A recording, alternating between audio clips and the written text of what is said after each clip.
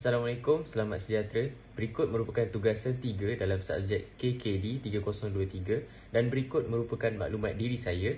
Saya Muhammad Fidaus bin Nur Azman, nombor matrik D2021-2098-716. Dalam tugasan 1, saya membawa tajuk Mahkamah dan Polis. Jadi kat sini subtopik saya merupakan faktor membuat keputusan. Jadi dalam faktor membuat keputusan, kita ada 3 faktor iaitu polis, mahkamah dan pertimbangan lain.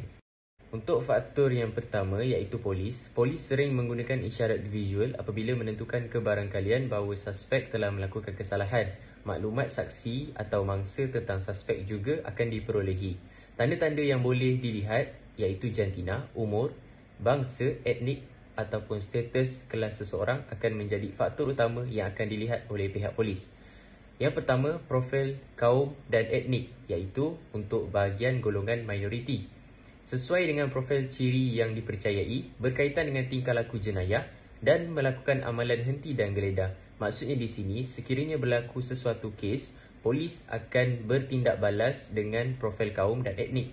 Contohnya, jika ada golongan minoriti seperti pendatang asing, mereka akan menjadi sasaran utama di tempat kejadian. Seterusnya, faktor situasi atau interpersonal ataupun hubungan antara polis dan warga negara merupakan gelagat suspek. Maksudnya di sini, tak semua suspek akan menjadi suspek sekiranya mereka mempunyai hubungan yang baik dengan pihak polis di tempat mereka. Faktor yang seterusnya adalah organisasi, jabatan bersifat bersatu atau berasingan ataupun isu politik tempatan. Sekiranya terdapat beberapa kes yang berlaku, pihak polis jika mereka bersatu padu dalam semua aspek, mereka akan mudah untuk menjalankan siasatan. Namun, contohnya jika mereka tidak bersatu dalam jabatan mereka, mereka akan menghadapi beberapa masalah. Contohnya, percanggahan pendapat dalam menyelesaikan sesuatu kes. Bagi faktor kedua iaitu mahkamah, hampir semua keputusan mahkamah dibuat dalam tetapan pejabat dan biasanya dengan masa yang agak lama untuk berfikir dan bermuhasabah. Seterusnya, pegawai mahkamah mempunyai akses kepada lebih banyak maklumat mengenai kes itu daripada pihak polis. Seterusnya, penampilan visual, tingkah laku dan mangsa tidak diutamakan, tidak seperti pihak polis. Falsafah mahkamah juvana tradisional adalah berdasarkan keadilan individu dan keputusan yang dibuat demi kepentingan terbaik kanak-kanak. Seterusnya, mahkamah akan membuat keputusan berpandukan undang-undang dan hujah peguam ataupun pendakwa rakyat. Faktor seterusnya adalah pertimbangan lain. Interaksi antara pegawai mahkamah dan seorang juvana boleh menentukan keputusan sesuatu kes menurut Bodner. Ibu bapa minoriti atau belia miskin lebih kerap ditekan supaya kes anak mereka diproses melalui mahkamah dan bukannya melalui agensi lain di luar sistem mahkamah. Seterusnya, akses kepada agensi swasta seperti penjagaan psikiatri.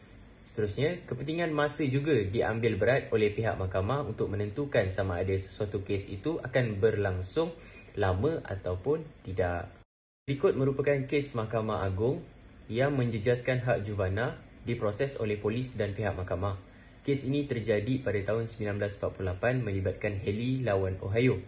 Dalam kes ini, seorang budak berusia 15 tahun telah ditangkap dan didakwa merompak.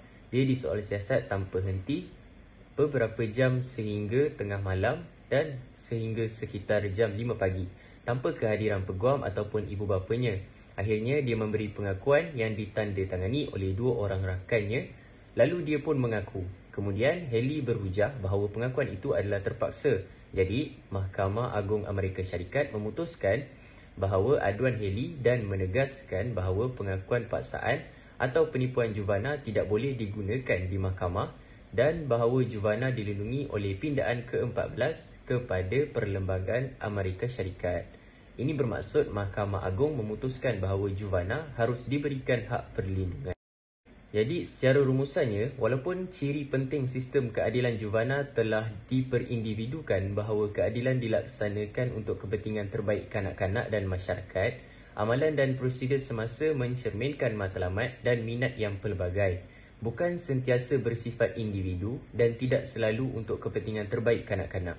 Dua pihak mempunyai peranan yang khusus untuk melakukan tugas dan mempunyai hubungan yang setara dengan juvana iaitu pihak polis dan pihak mahkamah.